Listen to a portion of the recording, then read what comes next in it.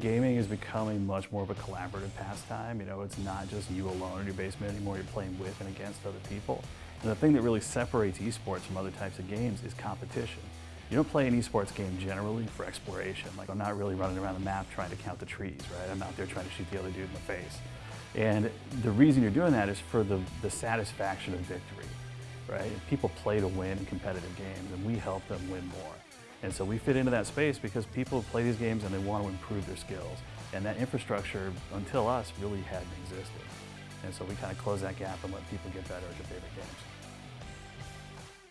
We're a coaching platform. We have coaches on one side, and students use our search tools and proprietary technology to find the right coach who can help them get better at their favorite games.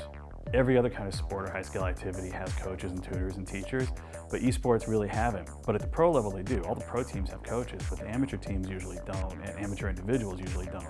So it'd be like saying, I want to get good at tennis, but you can't get a coach until you get to Wimbledon. That just wouldn't work, right? And esports is sitting there right now, and so we help kind of close that gap. So you go to gamersensei.com. We support 15 of the most popular esports titles right now. You find the game you want to work on. You look for a coach who has great abilities in the areas that you want to improve. And then you can book time with that coach. You schedule your lessons, and you join each other either in-game or through our Sensei Connect lesson software, and you conduct your lessons there. We have students in 65 countries. We've got coaches all over the world. So some of the most popular titles on the platform are League of Legends, Dota 2, Hearthstone, Overwatch. Those are all really big on the platform. Fortnite, obviously, the most popular title in the world right now. We launched Fortnite for coaching on our platform, and it really took off quickly. You know, I think it's a testament to just the broad appeal and the joy of playing Fortnite. You know, most esports titles, it feels great when you win, it feels terrible when you lose. I think with Fortnite, it doesn't really hurt that much when you lose. You still have a good time. My name is Troy Hansen. I'm currently a Fortnite coach for Gamer Sensei. I've been playing Fortnite since Season 2.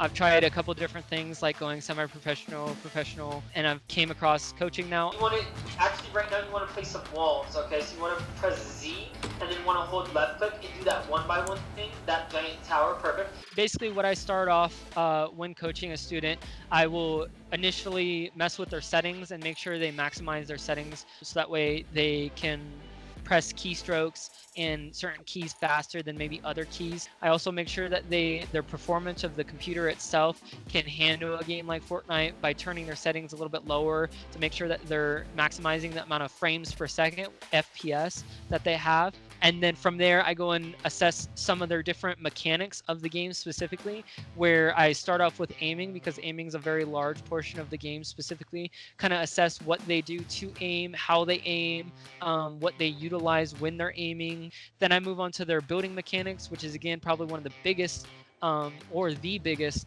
thing in Fortnite is where you need to outbuild and out-edit your opponent so that way you can protect yourself. Then, if we still have the time to do so, I usually bring them into an actual game itself and assess their actual ability to fight real life people and see what they're doing wrong, see if they're getting nervous, see if they're not taking engagements correctly, maybe they're rotating around the map incorrectly. Keep breaking furniture, keep looting houses, right?